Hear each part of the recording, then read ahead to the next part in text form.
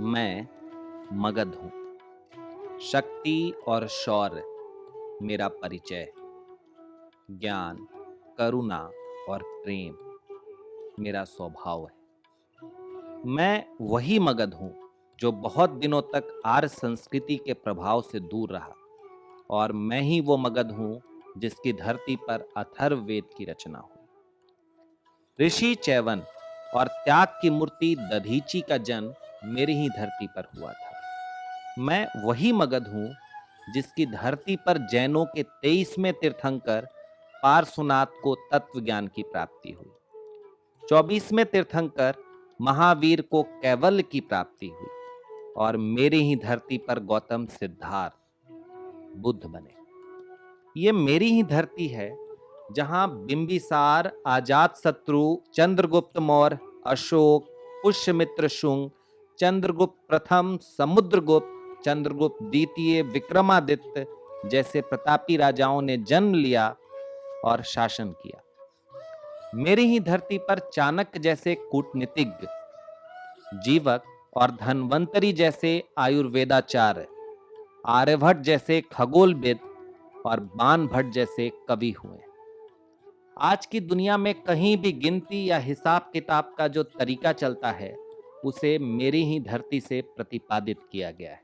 मैं वो मगध हूं जिसके जमीन पर भारत का सबसे प्राचीन मनुष्यों द्वारा निर्मित गुफा है। मैं वही मगध हूं जिसकी धरती से सर्वप्रथम अहिंसा का संदेश प्रसारित हुआ था।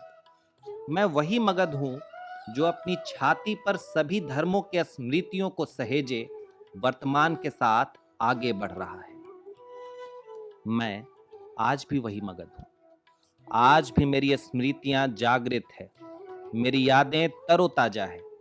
मैंने बहुत से राजाओं के गौरव को देखा है, उनके वैभव को देखा है।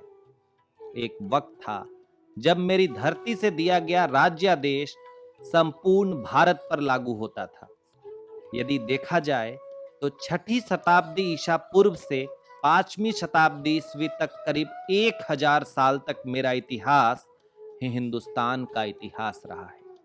मैं अपने इस गौरव को मगध वासियों के आंखों में देखना चाहता हूं। मैं चाहता हूं कि मेरा प्रसार आज भी होता रहे। वो घटनाएं जो कहानियों के शक्ल में मेरे जेहन में कैद हैं, वो भारत के लोगों के जुबान तक पहुंच जाए। क्या आपको नहीं लगता कि मगध के ऐतिहासिक गौरव को वो सम्मान नहीं मिला जो मिलना चाहिए था? मगध विरासत, धरोहर, साहित्य, धर्म और ज्ञान की भूमि है। ऐतिहासिक गौरव नागरिकों में अपने क्षेत्र के वर्तमान को संवारने का जुनून पैदा करता है। मगध के उज्जवल भविष्य का रास्ता इसके गौरवशाली अतीत में छुपा है। आइए अतीत में चलते हैं, अपने मगध को जानते हैं।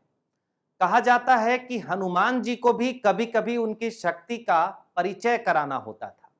मैं मगध वासियों को उनकी शक्ति का परिचय कराने आया।